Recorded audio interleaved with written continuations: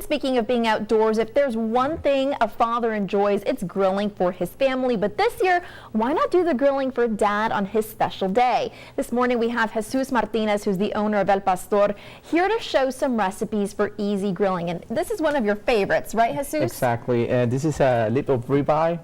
And what we do, we choose always prime or choice ribeye Angus beef, and we're going to show how to prepare it for this coming up weekend. Well, exciting. Are you a father? Yes, I am. Okay, well, happy Father's Day to you early. And you could just go to your butcher, ask them for this specific cut of meat. And about how many pounds is this one?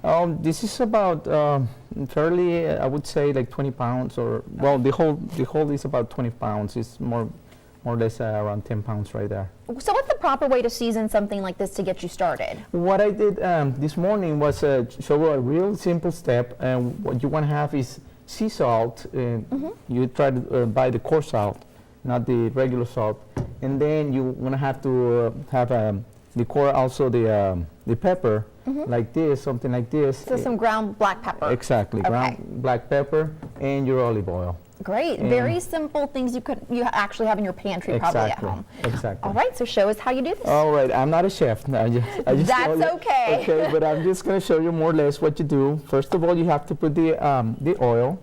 Okay. All around it.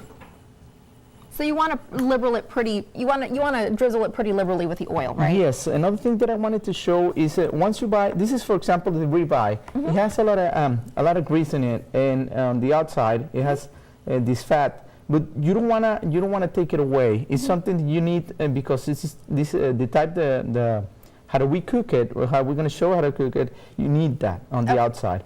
What we do take out is just a little bit. I don't know if you can see it from there. This piece right here, we don't need it. This is too much fat. So we can take out just a small piece like that with your knife. Sure.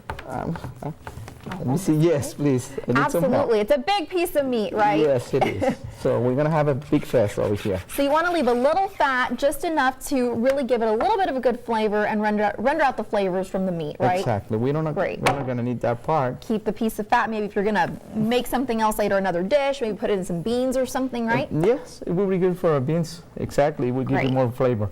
And once you have the oil, what I did, since we don't have too much time, I already do the job for an easier part, and then you just want to put all this like that. So you already ground everything up. You kind of mix the salt and pepper together. Oh no!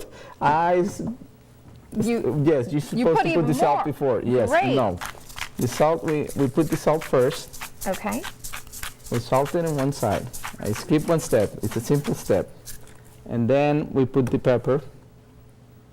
Sprinkle it on there, and then you rub it in, right? Yes, and it has to be a lot of it, and not just a little bit. It has to be a lot of it, and this way you can see like an even coat on top. An even coat, exactly. How long do you marinate this for in the fridge? It has to be for at least 24 hours. Once you put all the rub on it, and you just let it rest for at least 24 hours. In the fridge. All right, well, we're going to stop right here. In our next hour, we want our viewers to come back with us because we're actually going to be showing you how you do this, and take you through the rest of the cooking process, and then we're actually going to be cooking a little bit up, right? Exactly. All right, well, thanks so much for being here this morning. Mary, back to you.